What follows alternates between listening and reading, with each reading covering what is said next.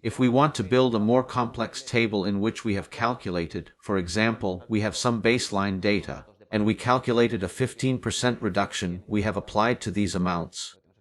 We have it set here, we have used a relative reference to the data that is in the cell in each of the values.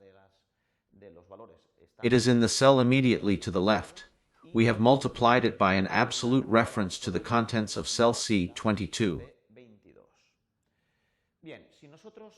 So if what we've built is a table in which we want to calculate this 15% reduction and compare it with the quantities we would get if, for example, we earn 20%, 25%, 30%, 35%, a 40% of this same quantity, logically we will not be able to use these data.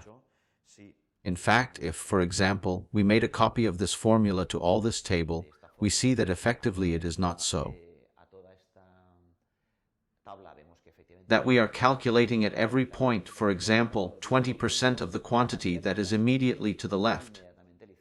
We are not calculating 15%, no, 15% of the absolute references, but 15% of the quantity that this immediately to the left. That is not what we want. Okay.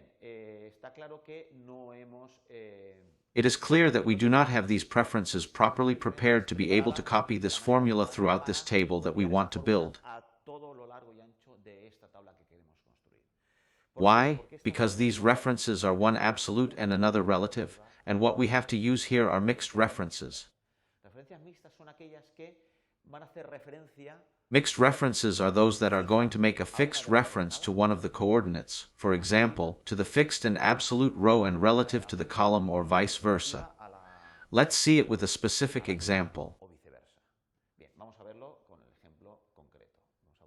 We are going to delete all these data, and we are going to edit the original. We always want to multiply the quantity in this row 5. We always want to multiply the quantity 1959 by what is in the bottom. So here what we have to do is tell it that it will always be in column B. What is in 5, always in column B. We hover above this position and we hit F4. We see that we have the relative reference, we press F4, we have the absolute reference, but we are not going to want the absolute reference. If not, when we copy down, the formula will not work. We always point to the 5 and it is not what we want. We want to go down each time, so we keep hitting F4. We see that the first mixed reference option appears, which is relative to column B and absolute to the number 5. Is this what we want? No, we press F4 again. What we want is the last one, that is, that column B always refers to the data in column B, but each time to the data that is in row 5, in row 6, in row 7, etc. This reference is the one we need. In the same way, we go to C22, which is an absolute reference to the value 15%, but we do not want it to be a fully absolute value. We want a mixed reference. We want, for example, F4. We want it to always be the value that is in row 22, but for it to change so that if we are in column C it uses that of C22, but if we go to another D, it uses that of D22, that is.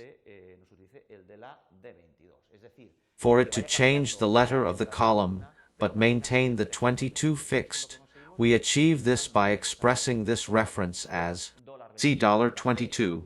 C is a relative reference, it will change as I change column, but 22 will always be the number 22, row 22, independently of whether I copy this expression down.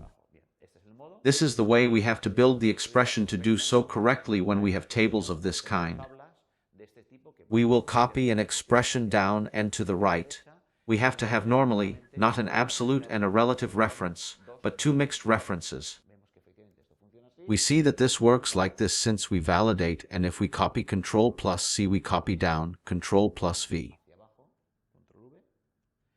We see that effectively it has calculated the corresponding values, and if we select this new range and copy Ctrl plus C to all this range, Ctrl plus V, we see that each of them is the corresponding value. We would check, for example, the last one.